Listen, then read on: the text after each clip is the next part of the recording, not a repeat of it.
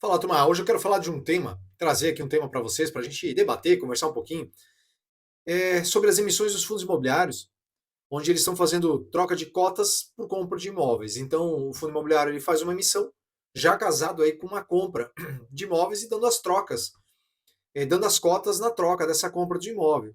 E aí eu percebi em alguns fóruns, aqui nos comentários no YouTube, em algumas páginas, que algumas pessoas não estão gostando disso aí, né? Elas estão reclamando, falando que o cotista está sendo diluído, emissão sempre vai ter, mas falando que a compra muitas vezes pode não ser boa, e entendendo que há mais desvantagens que vantagens. E eu quero trazer esses pontos aqui, afinal, o que nós temos aqui para olhar, tá? Então, como é que começou essa história, né? Antes de mais nada, né? Curte o vídeo, lembra de ajudar a fazer o canal crescer, para a gente continuar crescendo aqui e trazendo mais conteúdos para vocês, tá? Mas como é que começou isso aí? Isso aí quem começou a fazer repetidas vezes foi o GGX11, tocado lá pelas Águas.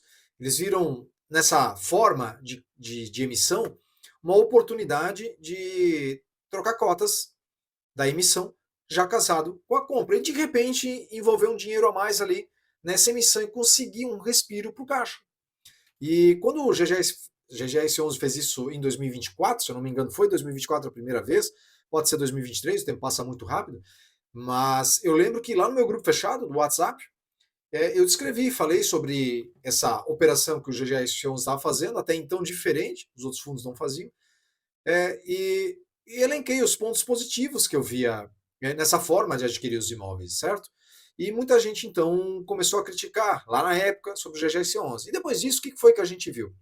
A gente começou a ver o HGLG, recentemente agora, com uma emissão de 2 bi, já está ali bem acertado, muito provavelmente, as compras de troca de cotas, porque não vai captar 2 bi em dinheiro. O TXF entrou nessa também. O Gari 11 entrou nessa também. O BTLG ali entrou com um pouquinho dessa também, mas aí está fazendo uma troca para incorporação, trazer um fundo ali para dentro, mas está emitindo, comprando um fundo e levando ali para dentro. E eu acredito que vamos ver mais fundos imobiliários fazendo isso, principalmente os grandes, que têm algo a oferecer. Aí vocês vão me dizer assim, talvez alguns digam, mas o GGS11 quando ele começou não era grande, é grande, um bi é grande. O problema é fundo de 300 milhões, 500 milhões tentar fazer isso. Apesar de que 500 milhões é um fundo, pensando para quem tem um ou dois imóveis e vai trocar cotas desse fundo de 500 milhões, é um fundo grande que te traz uma certa liquidez maior do que aquele imóvel, né? Que o vendedor tem. E aí o GGC11 nessa pegada, ele chegou ali, está chegando aos seus 2 bilhões. E a gente, como eu disse, está vendo esses outros fundos fazerem isso. Né? O TRXF mesmo está crescendo, coisa absurda. O gestor lá colocou o pé no acelerador. Né? E aí vem a questão, quais são então os pontos positivos e negativos aqui? Os pontos possíveis pontos negativos que eu enxergo aqui. A compra do imóvel por um preço acima do que vale. Tem duas questões aqui para a gente levar em consideração. Né? O vendedor do imóvel ele pode olhar para o fundo e dizer o seguinte: olha, é fundo listado em bolsa, eu estou comprando, recebendo as tuas cotas no VP, o teu fundo ele está descontado nesse momento, então a tua cota, ela tá, o VP dela é, vamos dizer, R$ 10 e a tua cota negocia 8. Pô, eu estou pegando essas cotas a 10, certo? Porque tu precisa emitir no VP para os teus cotistas, obviamente, não ficarem pé da vida. E aí, cara, vale a pena eu aceitar? Então, o que pode ser que o vendedor lhe sugira aqui? Olha, vamos fazer o seguinte: eu aceito, você paga um pouco mais pelo meu imóvel. Então, se o meu imóvel vale 30 milhões, para eu ter esse respiro, ter esse prejuízo, porque assim que eu receber as cotas, eu já vou vender o meu imóvel, aliás, as minhas cotas, e como elas estão hoje negociando a R$ 8 por cota, então vamos negociar o meu imóvel que era 30, vamos negociar a 35 milhões, a 33 milhões. É só um exemplo. Pode acontecer isso? Pode acontecer isso. Assim como o imóvel, pelo vendedor, pode estar mal precificado. O vendedor pode estar achando que vale 30, mas de repente está valendo 40. O fundo consegue trabalhar melhor esse imóvel. Estou exagerando? Posso também estar exagerando, mas isso pode acontecer também, certo? Mas aí também tem outro ponto a favor do fundo imobiliário, que é a liquidez. Bom, vamos pegar um imóvel de 30 milhões. É fácil vender um imóvel desse para uma pessoa física para física? O cara tem uma empresa, uma jurídica ali, e está vendendo aquele galpão que ele tem alugado de 30 milhões, e ele quer vender. o galpão de 30 milhões lá. Acha um comprador assim, que não seja um fundo imobiliário querendo comprar esse galpão? Convenhamos que também não é muito fácil achar. Aí tem um outro ponto. Esse vendedor desse imóvel, o que ele está ganhando aqui? Ele tem hoje um imóvel, estou dando um exemplo simples, tá? A gente está vendo o Gary 11 comprando alguns imóveis no pacote, TXF, alguns imóveis, o HGLG vai comprar alguns imóveis. Eu estou utilizando o exemplo do GGS 11, que, por exemplo, eles compraram. Opa, deixa eu só abrir o certinho aqui, deixa eu ver, fato relevante. Eles compraram um imóvel recentemente, agora, né? No valor dali dos seus 43 milhões, que é esse imóvel aqui, certo? É um imóvel, digamos assim, mais simples se a gente comparar com o que o HGLG vai comprar, muito provavelmente que o BTLG tem no portfólio, mas aí pega esse imóvel de 42 milhões, esse exemplo aqui se encaixa perfeito, e tenta vender ele que não seja para um fundo imobiliário. É fácil? Não é. Está longe disso, certo? Ainda mais com uma Selic em alta. Então o que o vendedor ganha aqui? Ele também ganha diversificação, não é só o cotista, ele ganha diversificação aqui também. Porque antes ele recebia aluguel desse imóvel, que na verdade é um complexozinho pequeno aqui, né? Se eu não estou enganado, tiver composto por galpões logísticos denominados blocos B, C, D, E e G.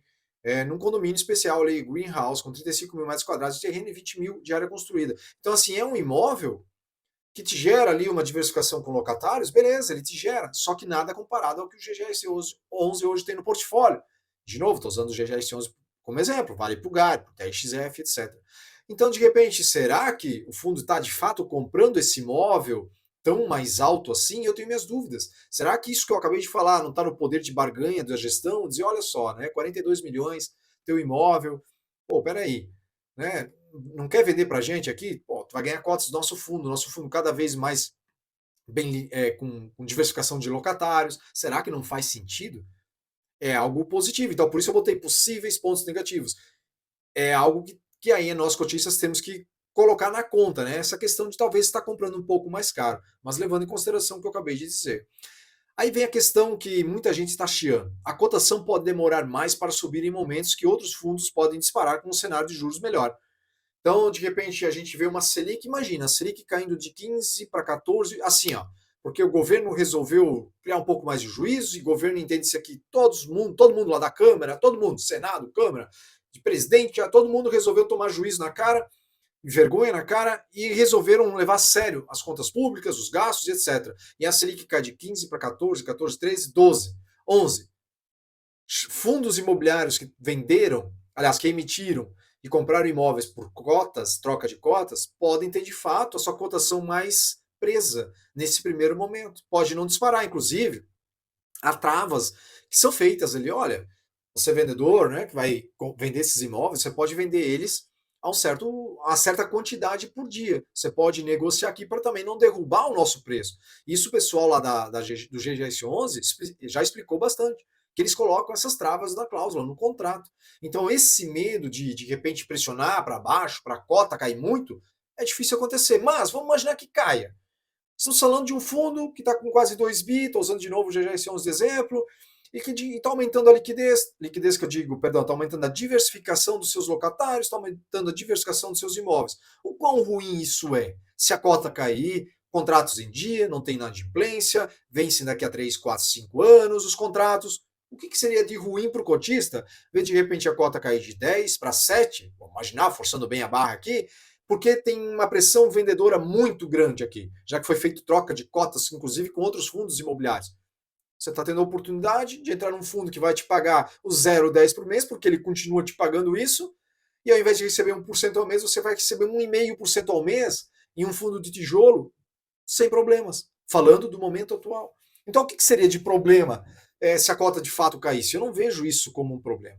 O problema que eu vejo é que alguns cotistas gostam de fazer swing trade com as cotas dos fundos. Então eles querem ver a cota subir para daí vender. E aí o fundo, ou muitas vezes o fundo, quando a cota sobe, faz emissão. E aí os caras vão lá, negociam na emissão, negociam suas cotas, eles buscam fazer ali o seu ganho de capital de curto prazo. Então, de fato, isso vai atrapalhar. Mas para quem tem uma visão de longo prazo, olha, eu não vejo isso tanto assim quanto um problema. Aí outro ponto aqui que incomoda é diluição do cotista, né? E aí vem a pergunta que eu faço aqui: o que seria uma diluição aqui do cotista? certo? Quantos por cento do fundo imobiliário hoje você tem? Imagine hoje que você tem um patrimônio de R$ 1 milhão. E aí você tem dividido isso em 15 fundos, ou 20 fundos imobiliários. Então você tem 50 mil porque você dividiu por igual, só para simplificar. Ou então você tem 10 fundos e colocou R$ 100 mil num fundo de 2 bi, num fundo de 5 bi. Quanto percentualmente isso representa? Nada. E com as novas emissões, quanto vai representar? Vai continuar representando nada. Desde que o fundo consiga fazer compras pagando os mesmos valores de aluguéis, recebendo, mantendo o mesmo cap e tudo mais, onde você vai ser diluído? Ah, mas tem muito mais cota, tudo bem. Os dividendos que você recebe diminuíram porque entraram novas cotas? Porque entrar novas cotas é porque está entrando novos aluguéis. Não, não diminuíram. Então qual que é o problema? Porque até porque você vai reinvestir uma parte sempre do teu dinheiro, né? Então hoje talvez tu tenha lá 0,000001, aí entrou mais cotas, acrescenta mais um zero. Mas aí passa um ano, 2 anos, o fundo não fez emissão, e aí você vai lá, continuou comprando cotas, pronto, você voltou ao que estava antes. Em questão, então, de percentual aqui falando. Mas percebe que se tua participação é minúscula, ela vai continuar sendo minúscula.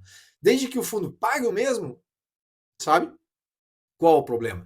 Então eu vejo que esses 3 pontos são os 3 pontos mais assim que o pessoal busca chiar, né? Reclamar. E eu entendo, respeito os pensamentos, mas eu trouxe justamente os pensamentos diferentes, mas eu trouxe justamente essa ideia, essa diferença aqui que a gente que eu resolvi debater aqui, que não é também bem assim. Né? A compra do imóvel acima não é bem assim como eu falei. A cotação pode demorar mais, sim, mas qual é o problema? Pode diluir o cotista, também não é bem assim. Então, qual que seriam os pontos positivos aqui? Aumenta a diversificação do fundo sem elevar dívida, certo? O fundo ele consegue novas aquisições, ele traz mais portfólio para dentro do fundo, ele não faz uma alavancagem, é mais receita imobiliária para aquele fundo, mas tem mais cota. Ok, como eu disse antes, desde que ele consiga manter os pagamentos que ele vinha pagando, qual é o problema? Para mim, de novo, nenhum, tá tudo bem, né? Então ele ganha uma diversificação, o cotista ganha diversificação, né? Um fundo maior, aí vem essa parte da receita. Um fundo maior, ele consegue reter em valores, dentro daqueles 5% que ele pode reter, ele consegue ter uma retenção maior. Então imagina um fundo hoje tem uma receita mensal, shopping geralmente, na casa dos 50, 60 milhões. Galpão logístico na casa dos 40, 50 milhões. Ele retém 5% disso. Aí vamos imaginar que esse fundo ele chegou aos 20 bi. Hoje, de 6, 7, ele passa para 20 bi. A receita dele passa ali para casa dos 150 milhões. Ele retém ali os seus 5%. E aí, de repente, num ano ele tem ali em torno de 90, 100 milhões que ele pode trabalhar dentro do caixa. Para ele, para o fundo. Trabalhar. Já descontou tudo que tinha para descontar. Percebe que se ele chega num patamar desse, ele não precisa mais fazer tanta emissão, porque ao invés de fazer uma dívida, um CRI, para ele ir lá comprar parcelado, ele tem 90 milhões para trabalhar diretamente esse parcelamento. Só que tem que ter um pouquinho de paciência para chegar nesse nível de crescimento. Ah, é legal um fundo de 3 bi, 4 bi? Mas eu quero um fundo de 15. Justamente por isso que eu estou falando aqui. A tendência é de ter menos emissões lá na frente. Né? O Brasil crescendo, a tendência é de termos menos emissões e mais crescimento saudável dos fundos imobiliários. Não que hoje não sejam, né? A gente vê muito fundo fazendo emissão com alavancagem e a princípio bem estruturado ali, e vida que está seguindo. Só que percebe que o investidor ele vai ganhar em diversificação de locatários, em diversificação de imóveis, de estados, e ainda ele leva de brinde esse crescimento do fundo, que quando ele resolver comprar novos imóveis, ele pode não precisar mais fazer emissão, ele pode não precisar mais ficar fazendo alavancagem, com 5% ele consegue. Isso que ele ainda ganha imóveis para poder girar, né? Que é o outro ponto, né? Pode ter todo tipo de imóvel, lógico, galpões logísticos, imóveis maiores e imóveis menores, porque o pessoal adora esses imóveis grandes. É legal, claro. Mas também é legal ter imóveis de padrões menores para alugar para outros perfis de empresas que não seja logística, logística e logística. Né? Porque vai além disso, tem que ir. Então, tu consegue trabalhar, quando o fundo é muito grande, ele pode dizer assim, poxa, nós temos aqui 10 bi no nosso patrimônio e nós temos aqui muito fundo grande, muitos imóveis grandes. Então, vamos comprar aquele imóvelzinho menor lá que parece interessante, está bem localizado, gera uma receita interessante aqui, pequenininha no tamanho do fundo, mas ele vem a calhar aqui dentro do nosso portfólio. Dá para comprar, ele não precisa mais se preocupar em só ter os imóveis gigantes. Ele pode se dar o luxo de ter um imóvel que talvez vai ter uma vacância em algum momento, mas é um perfil diferente de imóvel, que atende outro público. Então eu também vejo isso como um ponto positivo, tá? Então, assim, para fechar aqui, né? Esses são os pontos positivos e negativos que eu vi. Eu vejo muito mais pontos positivos que negativos, porque nesses possíveis pontos negativos que eu trouxe para vocês, eu já fui colocando os meus pontos positivos, né? Aquilo que eu fui entendendo que, pô, funciona, dá, né? Mesmo que pareça inicialmente que não. O que o cotista ele precisa entender é o seguinte, né? Dar tempo ao tempo. Fundo imobiliário para crescer, a gente vai passar ainda por sofrimento. De repente, a emissão veio um pouquinho abaixo, coisa que não deveria. Recentemente, inclusive, eu acho que até gravei sim um vídeo aqui, se eu não estou enganado, foi do TXF, bem pequenininha, mas veio um pouco abaixo. Não vai afetar o cotista e tudo mais de forma muito séria, mas vem um pouquinho abaixo. Né? E essas dores pelo crescimento, elas vão, né? Até chegar aos 10, 12, 15 bi, 20 bi de repente. Né? E ainda assim seria minúsculo. Se a gente compara com os REITs americanos, né, que tem lá 90, 80, 99 bi em patrimônio, imagina, a gente ficaria feliz com 10 aqui, 15 bi. Imagina ter um fundo de 100 bi, 90 bi, né? Seria uma coisa absurda de gigante. Né?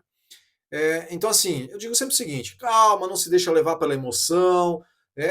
Eu lembro muito que no passado alguns influenciadores ali falavam de vender esse fundo aqui, aquele fundo ali, porque perdeu o fundamento, e na verdade nem eles muitas vezes entendiam de fato o que era o fundamento. Era mais para vender de repente a carteira assinada, para chamar atenção e ganhar cliques. Isso eu também não faço, tá?